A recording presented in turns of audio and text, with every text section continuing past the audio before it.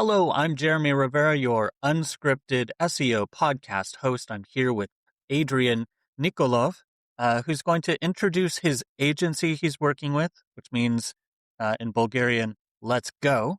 He's going to tell us where his origins are from in the digital marketing world, and then we'll get into the weeds as much as possible. Yeah, hello, Jeremy. Thank you for having me. Uh, I am Adrian, the founder of Haide Digital, and as you mentioned it, Haide means "let's go" in Bulgarian. I have around, oh my God, 18 years of experience in SEO and digital marketing. I'm a certified Google expert. I do ads as well, but SEO is my main game, and it has been for more than a decade. Um, Haide is a fairly new company. I established it around 6 months ago, and it was inspired by everything that's happening nowadays in the world of digital marketing, and not only everywhere. Uh, Driven by the idea that AI is going to take our jobs, I decided to make AI do our jobs better and just deliver a service that is highly AI oriented, but backed up by vast SEO experience and knowledge. I think that's the play is, the more you cower in fear, if you're afraid of losing your job because of X, that factor is probably going to take your job. You have to like grab the bull by the horns. And it's kind of silly to fear it because we in the SEO industry, we've been rolling with the punches since Panda. We've been rolling with the punches since Google came out. We've lived with the tides of the algorithm Yeah, changing and shifting. I think what's most scary is that a lot of SEOs that I saw grew to rely on the monopolistic power of Google to hold the search space. We had the invention of the Chrome browser. It proliferated out. Alta Vista, Hotbot, all of the alternative search engines kind of died.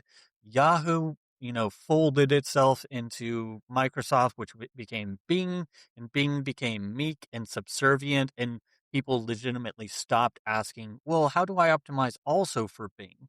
And instead, everything from 2010 to 2020 was all Google. Everything digital flowed through Google. And now we have the return of what my other guest called Paul Pape. He said, we're back in the wild west.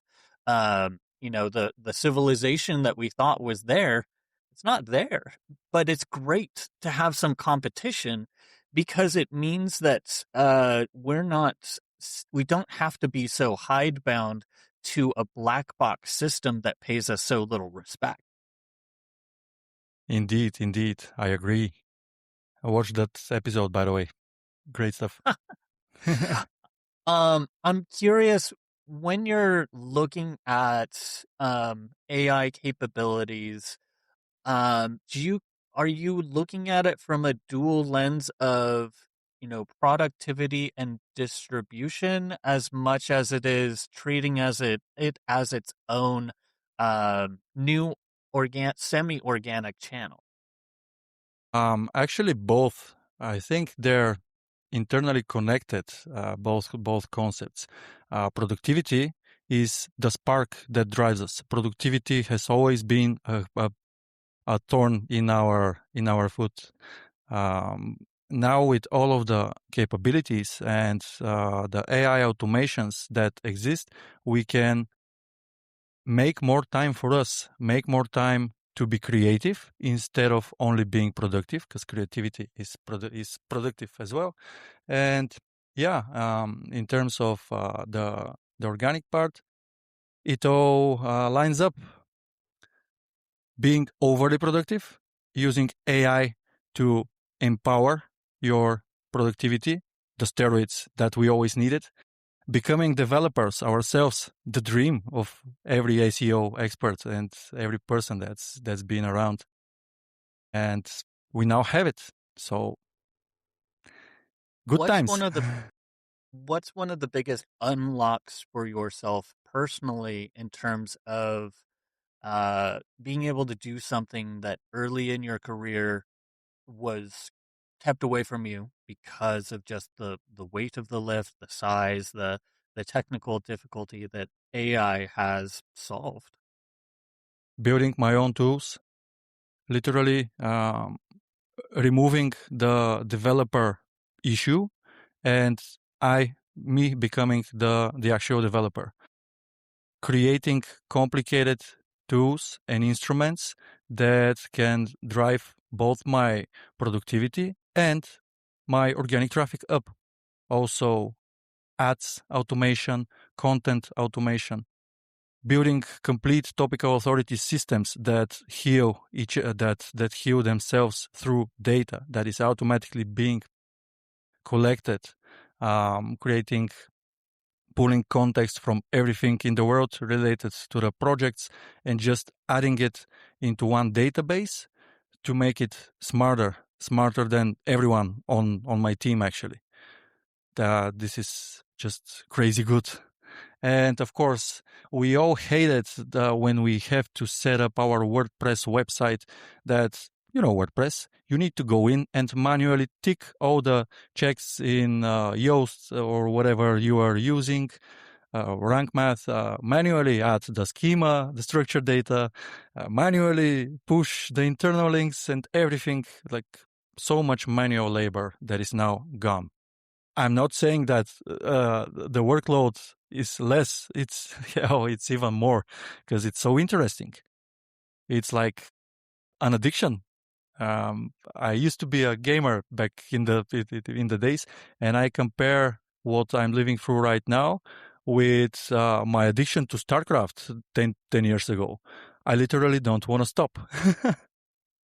I was a huge StarCraft 2 player. I actually ran a huge subreddit, All Things Terran, on Reddit, and I was know. consistently watching all of these, matches and posting the streaming video, and ran a huge community. So I definitely get that aspect of the addictive nature of it. I mean, I had a concept, 4 days ago of, hey, the value that I have in all of these old SEO conversations, I really have a method of, all the human to human conversation I have.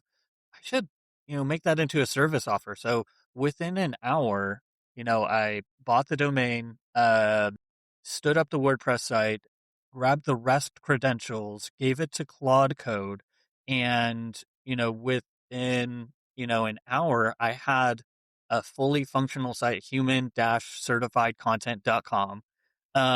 It's ironic that my human certified content came out of an AI tool, but the focus of it was about, hey, I can offer you a service and create content that's based off of conversations. I have that vault, and I've gone back and I've had to pull out anecdotes, pull out, insight, pull out quotables so I can construct, subject matter expert content for the SEOs who, the emperor has no clothes, the cobbler's kids has no shoes. SEOs everywhere don't have any good SEO content on their site. But that went from an idea to execution, within 6 hours. And like looking at how much content I was able to stage, build up, fix these things. I'm like, this would have been a huge undertaking even 2 years ago, and I had started using, Jarvis, which, is now Jasper, but in 2015 was the first time that I toyed around with an LLM tool, and it was pretty janky, not great, but I remember, yeah. yeah, it was well before the ChatGPT revolution in 23, but uh, the weight lift of not having to dink around so much just in WordPress, like just publishing a blog post, it's weird that I think about it now of how much of my SEO life was just tinkering around and puttering around in WordPress, which I love and hate because on the one hand, it's a good open source and it's like, oh hey, a plugin can do anything, and then you're like, but I have to get a plugin for everything. Like they still haven't fixed the comments issue. The Yeah. fact that they have a vulnerability of spammers coming in and spamming comments. Me and Rand Fishkin were discussing it on LinkedIn that we lost the community aspect of our websites to social media in part because we allowed our comment sections on our blogs to be spammed to death, then started ignoring them, and the community aspect of that just slowly started to migrate over to social media. I think if we had not had half of the internet on WordPress with these crappy interfaces, we could have built so much better interfaces to work with our communities. There isn't any Exactly. reason that the basic architecture of liking a post, of commenting and commenting back and building your community, that should have been in WordPress 3.2. That should have been something that the baseline was, something that we embraced. Instead, we let it be taken. And now we have to play in somebody else's garden. Exactly. And the initial idea of WordPress was for it to be a community platform, a blogging platform. It still is, though. But imagine if there wasn't such a major issue with all of the spam. I literally don't know a person that ever commented on the write a comment WordPress blog. Non-SEO person and not cheap Air Jordan person, And imagine if this was built like with the idea and quality of Reddit. But instead of subreddits, we would all had WordPress websites, and it would have been much, much powerful. Heck, nowadays everyone would have been, hey, you need to have a WordPress community because you want to rank in AI instead of Reddit, and YouTube. Ah, The distributed system, has kind of collapsed on itself. I, um, it's ironic though, because I think at this moment it's more clear than ever that owning your own audience is mandatory. It's a process where you have to actually actively try to build that and not treat Google like the endless ocean that you can fish in every day and just get everything that you need. exactly. But you know what is a major problem of what you just said? Not everyone is built for creating this audience, and not everyone like feels it. There are introverts. I know a lot of big business people that don't even have social media. I know some fellow startup founders that are just too shy from camera and don't want to feel embarrassed. And anyone says on to write a comment on LinkedIn, and now AI fills that gap because the system we are building don't really require your face there. You will get the presence, you will edit the comments, but you aren't posting it. It's a different feeling. It's very cool, turning I think introverts to social I people. I agree that there is more latitude in space. There was a moment where it's like, if you want to succeed, you have to build a personal brand too. Yeah, As a SaaS yeah, founder, as a company. there still is. Uh, yeah, there's a lot of pressure on it. But I think you're right that there is a growing space where done correctly, you know, based off of actual, like, you still have to talk to people. You to figure out what to do, but you don't have to necessarily put yourself out on TikTok every single day and be Yeah. recording, the primary content manufacturer. There's more in different ways to do it. What are some of those that you're deploying for some of your clients, and in what verticals? The verticals, I'm going to start with that. We are focused on software as a service companies, e-commerce, and fintech. But of course, as a startup brand, we are open to also suggestions. If a project seems interesting enough, I would go for it. Building our portfolio is the main priority right now, like growth. And the strategies, I already mentioned the topical authority systems that we are building, but they expand to social media as well. Let me give you an example. For instance, we take a software as a service brand, and we run the diagnostic first, like our discovery process. That's a completely automated diagnostic that runs through all the MCPs. It crawls the website with Screaming Frog, pulls all of the relevant keyword data with the data for SEO and stuff like that. I won't, you know, the APIs. So we are building a profile of the brand to begin with. Then from that context, and of course starting with the technical SEO, we can start developing the actual topical authority system. We are doing that by first creating the voice profile of the brand, pulling everything that this brand ever published on social media, and everything backwards, like all of the comments that have been said about this brand on social media, and we synthesize it to create this this writer, literally, this content creator, which is the new head of content for this brand. The topical authority system, of course, topical authority begins within your own website, and it's not only blog articles. Writing blog articles nowadays is like a piece of cake. Hey, write me an article. It's not exactly like that. You will get AI slop if you do that, but yeah. But it expands to social media as well. There are a lot of strategies that we are currently testing, and most of them are very effective.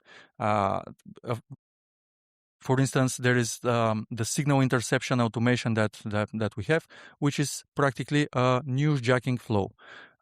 We get all of the relevant signals in accordance with the brand voice and the topical map, and we just from the signal, from the article itself, or from the publication or press release, we create several pieces of content that are specifically built for the various social media. For instance, LinkedIn carousel. We automate the images as well.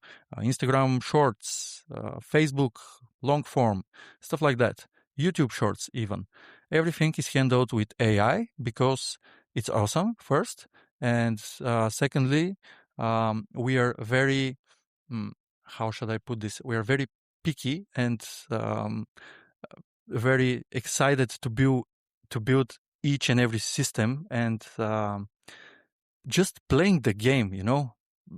I remember my first AI generated video.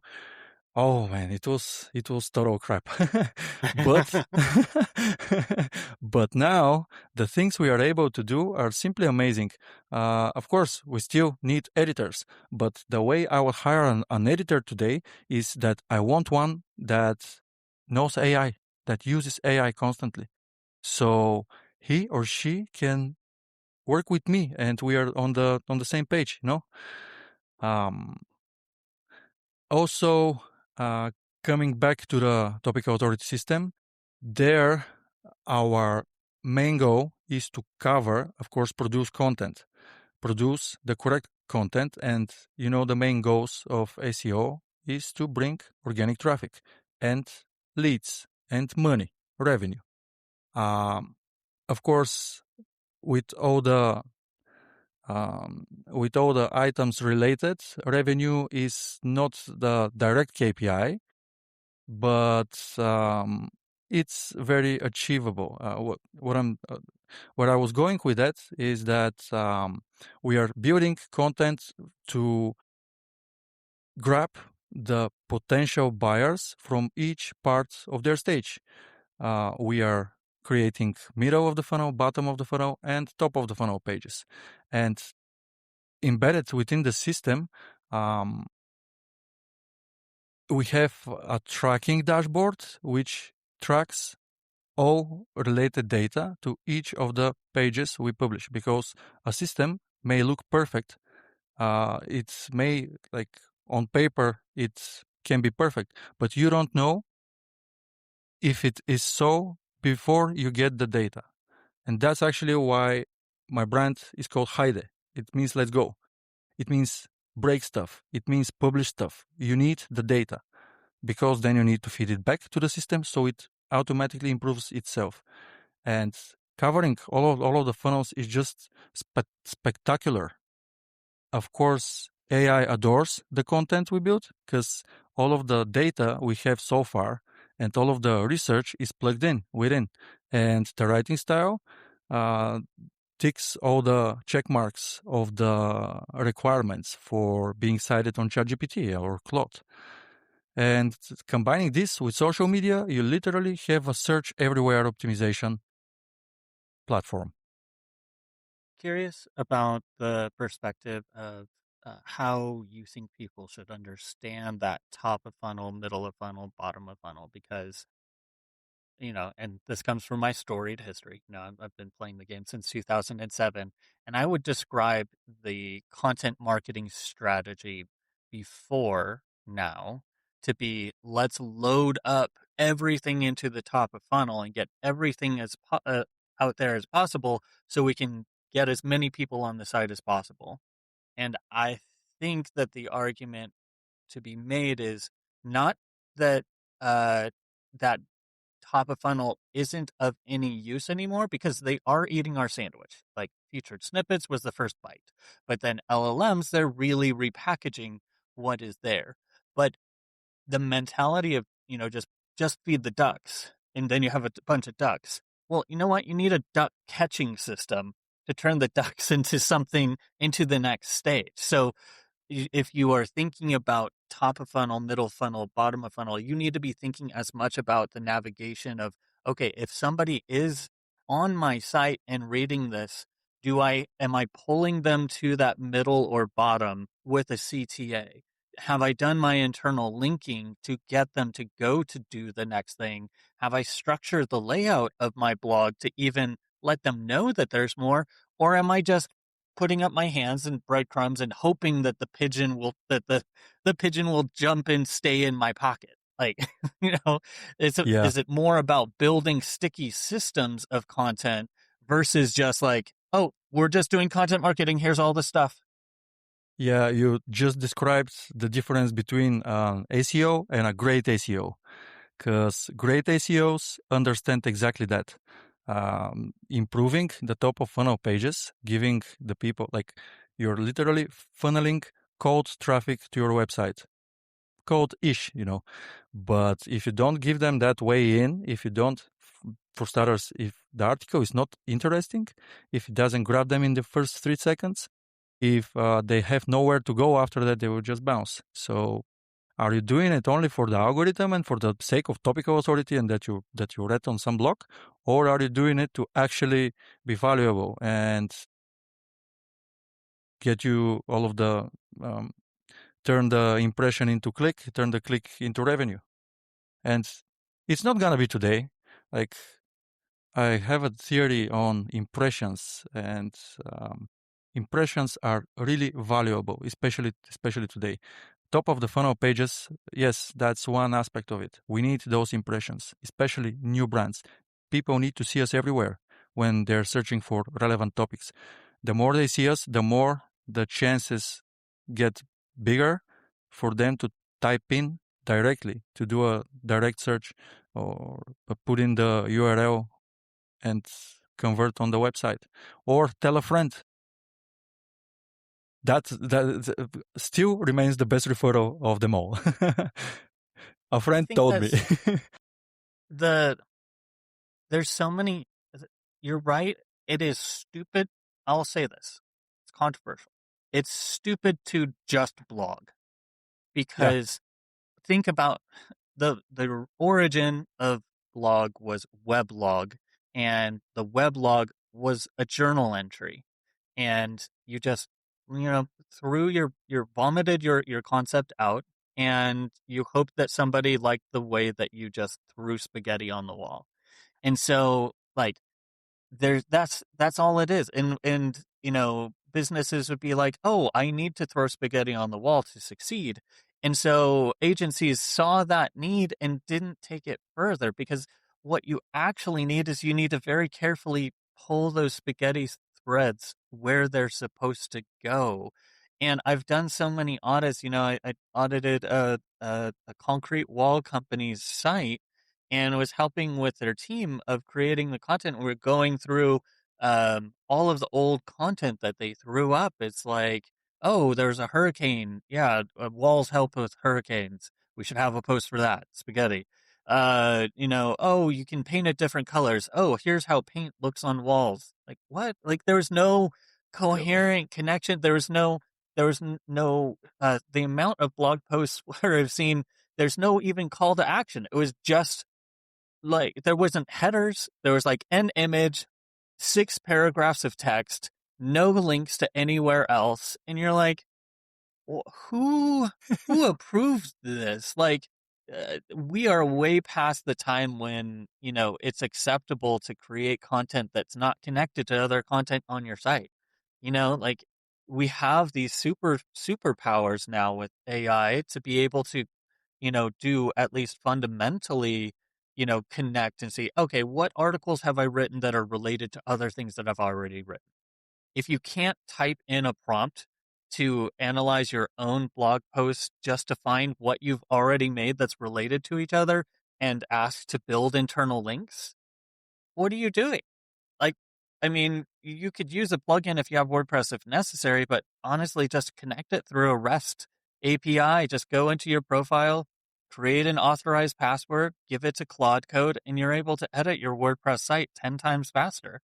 Like, yeah, you got to go check and make sure it didn't break everything, but it also can, like you said, let's go, let's break something because what we've been doing is broken. Yeah. I mean, if we end up like reapproving and perfecting all of the articles and pages, and this button must be 3 pixels wider, like, come on, let's get it. Let the people say. Let the people be the judge. The user is always right? And do you know what is a very frequent problem with agencies that I'm seeing all the time? And you've seen it too. They land a large client, an established brand that already work with several agencies. And what do agencies do? Blocks. They all do blocks, and the picture that you just described. And they start doing, oh no, we must rewrite the previous articles because the previous agency sucked. We will write you better articles. Here is the new content. And they still write blocks. Dude, come on. I mean, this is an established brand. Focus on the middle of the funnel. Read the data. Make some Check downloadables. Make some PDFs. Make a knowledge base. Make some linkable assets. Make a knowledge base. Yeah. Improve the bottom funnel pages. Improve where the money is. Like build there. Check if they're ranking, because that's a very like I see this all the time. A lot of SEOs think that bottom of the funnel pages are very hard to optimize because they tend to rank for very generic keywords, and the way they should be optimized is through internal linking from blog articles to them. All right, that makes sense, but nowadays it's not exactly like that. Intent is not only top, bottom, or mid. We have search engine intent as well. Like literally, you check for a set of keywords or topics what pages are ranking, and you don't want to write article about wall pricing, about concrete wall pricing. But perhaps you do, but in a different context. You know what I'm saying. Just optimize the bottom funnel pages. Give them more content or remove content. Analyze, study the engagement rate. Check your MS Clarity or whatever you're using nowadays. I love Clarity. I just have to say that and they added a little integration to pull in Google Analytics data as like a poke in the eye. I'm like, oh, I want all of Google Analytics data in Microsoft Clarity. They have like 6 data points, and you can go into the page level navigation. It feels like GA3 did. So anybody that's listening, go add Microsoft Clarity, because 1, it's heat maps.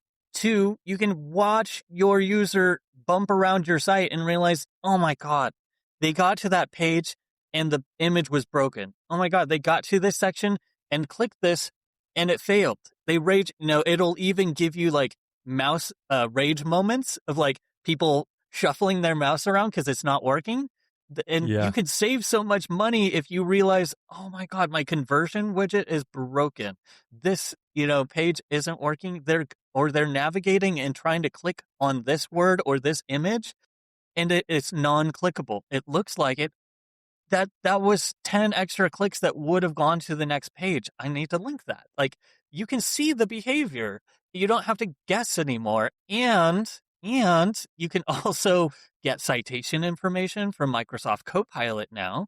I have a handful of projects that's starting to pull that information in. So combine that with with Bing Webmaster Tools, surfacing citation data, and then purportedly some project somewhere are getting Google Search Console citation information in the last month or so. I haven't had one of my projects with it yet, but I'm assured that it is out there for some people.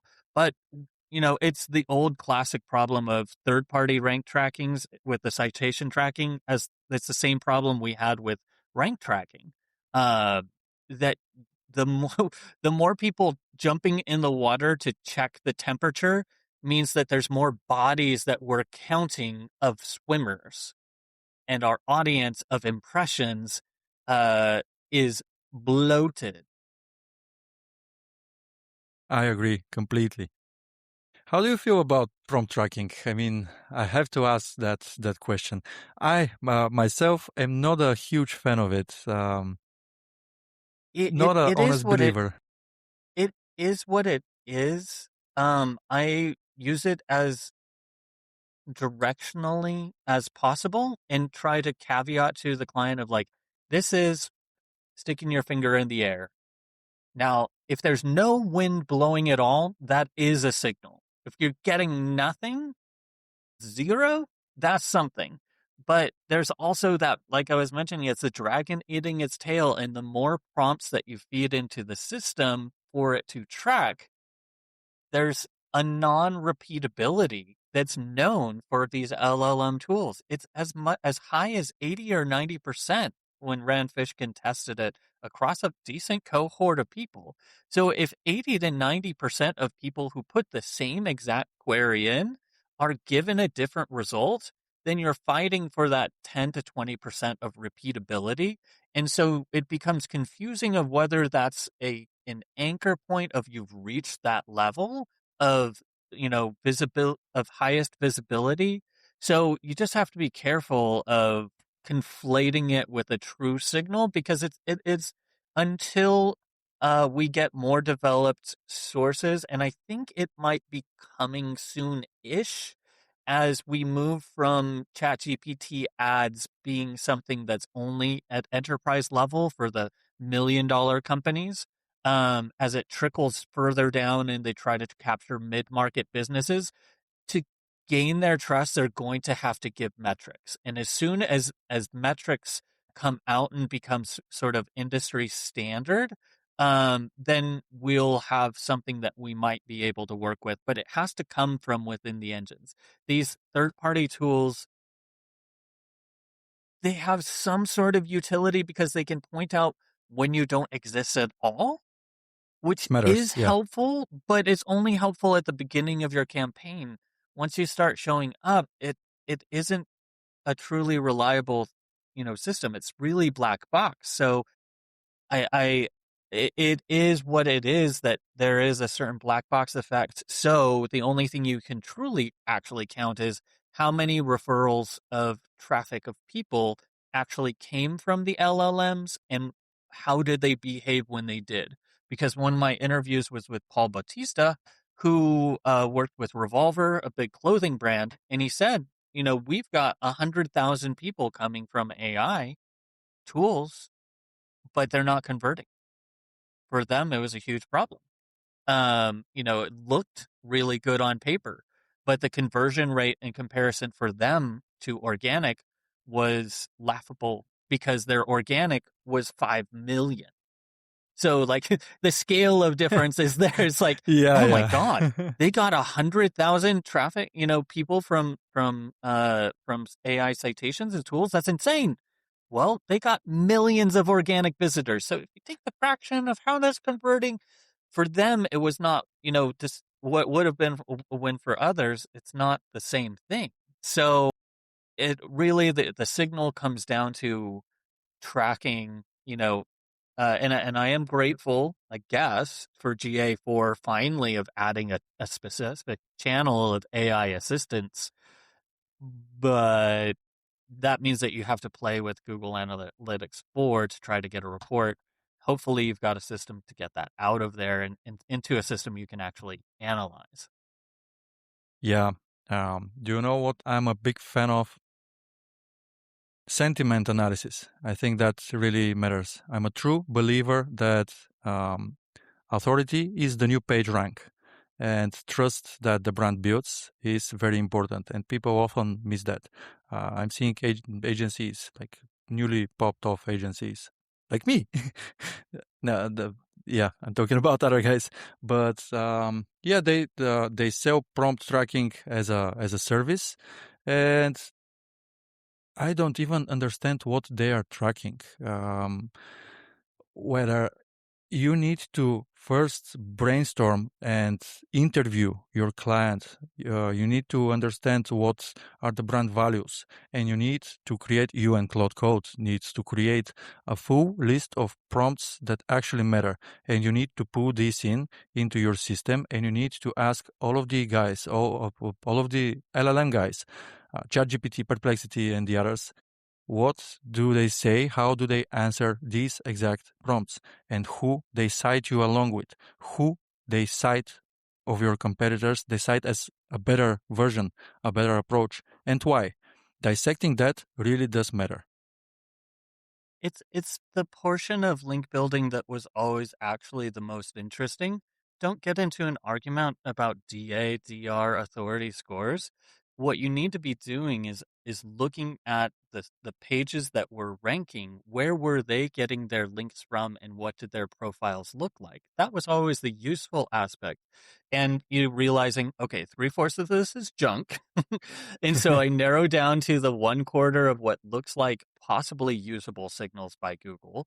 You reverse the crazy thing is that reverse engineering is so much easier in an LLM because you can ask the stupid system, "Hey, why did you why did you surface this as a citation? Why why is this page up here?" And like, oh well, this chef was listed in the top 10 chefs of Chicago on the top 10 list of chefs of Chicago blog. They were cited in this newspaper, and they showed up on this directory. They're telling you that you can ask. Why aren't we, why aren't we asking? Just ask, and then turn around and do something. You then have a system to try to get on those. Stop, trying to get guest blog posts or exchange links with questionable people on Reddit. And try to figure out, okay, where can I get this brand mentioned? Can I get the CEO on a podcast? Can I put out a press release that's going to show up in this local newspaper? Can I reach out to City Hall for this charitable event that we're doing? We're building, links for Kilby, the Kilby project. We want to promote it. Well, if you're doing trash cleanups, make sure that your link, what you do IRL to promote your brand gets reflected online by paying attention, grab the Eventbrite listing and make sure that in the description it has a link. You'd be surprised how many event aggregator sites have followed links. Yeah. I've seen some. And you know what's even funnier? Nowadays, to get cited in AI, you don't even need links. Did you see? I believe it was Pedro Diaz did a sort of experiment. He posted on his LinkedIn that he's the world's best, greatest renowned AI expert, and in 5 minutes, he published a screenshot in the comments where AI overviews are citing Pedro Diaz as the world's most renowned expert. Boom. Boom. Yeah. Boom. Yeah, there Yeah. is looking at what are the power sources. I mean, just the fact that, Lily Ray pointed it out, I don't know, over a year ago of LinkedIn has articles and those articles get cited. How many, Yeah, how many CEOs and founders are posting on LinkedIn, but not posting articles? It's just a exactly, exactly. short hop, skip, and a jump. But these are the missing pieces in the puzzle. Yeah, yeah, yeah, completely. By the way, because of that post of Lily, I started my LinkedIn newsletter, and There you go. AI adores it. So I can confirm Lily is telling the truth. um, I asked this question of each of. I'm starting to ask this question of each of my guests. What is a head scratching moment? What's a challenge that you're trying to unravel? Something you're working on that you want the input from the next SEO guest? What's an intractable problem, a challenge, and you want to see how they're handling it? How are they explaining the new value of SEO to potential leads and clients? Because this is the hardest part. The hardest part. Currently, the market is kind of afraid. Everyone understands AI exists; it's there, but aren't exactly sure what to do with it. Can we fire our own team and switch it to AI? And how do they convince and explain? I myself presented exactly like I presented it here. Authority. We need search everywhere optimization. And in Haide Digital, we call it organic growth engineering, which is literally the combination of SEO, GEO, and AI automation, all of the three put together. But still, it's a it's a very large concept to comprehend by a non-SEO person, and this is quite hard for me and for a lot of fellow SEOs, but that I believe so. That would be an interesting point of view, and indeed, people. I don't believe business owners realize how important it is nowadays to surface properly on large language models, because all of your buyers and users are researching you there. They're comparing you with your competitors right there, and then they're visiting your websites either with a direct search or whatever, or clicking the ChatGPT link they got. And this is so important, and this would only grow considering we are adding Google Shopping, agentic shopping as a concept. It's here now. Agents are gonna do my shopping. Why not? And who are they gonna shop from? I believe from the trustworthy stores that done the work. I did have a guest, and he works on, and he said there are more opportunities now, and there are already businesses that are making more money because they have an AI capable agent that can sell to another AI agent directly without a human in the loop. And he said that's going to be where a lot of the revenue is, restaurants figuring out that their standing order for what they need, what they've used, that's not going to be a back of house thing. They're going to be feeding that list to their agent, and it will be able to reorder that restaurant order. And so the manufacturers, the suppliers that create that capability are going to be winning more and more. And so half of it is what Matt Brooks of Esoteric said, which is you need to train your least trustworthy customer service representative, and that's Claude. His name's Claude. His last name is GPT, and he's a Gemini. Uh, I'm kind and of perplexed with all of this. well, I just mean think of like you don't at the moment you have a customer support representative who isn't hired by you, but you can give them instructions, but you Yeah, yeah. haven't done so. And so if you think of your site, your resources, your top of mid funnel as informing your customer support representative within Claude, within GPT, within Microsoft, within these ecosystems, you in a much more direct fashion than you ever had with Google, you can directly influence the information available about your brand. There's always been this, because of the nature of the search engine and the way that it structured itself in Google, it was a very adversarial process to get yourself optimized and to put information out there about yourself, because Google, they held the gold keys and could unlock a golden pantry of money, and so they, everybody was trying to optimize for that. But there's LLMs operate on a different model that requires data and requires input for them to be able to do their basic mission, and we haven't adapted that model of thinking. We need to flip the script and say, okay, if I need to better inform these third party tools of exactly all of the things. That's why I think the entity map, um, markdown, that's just came out. I forget who put it out. I'll put it in the show notes. But it's basically just, you should map out your entity.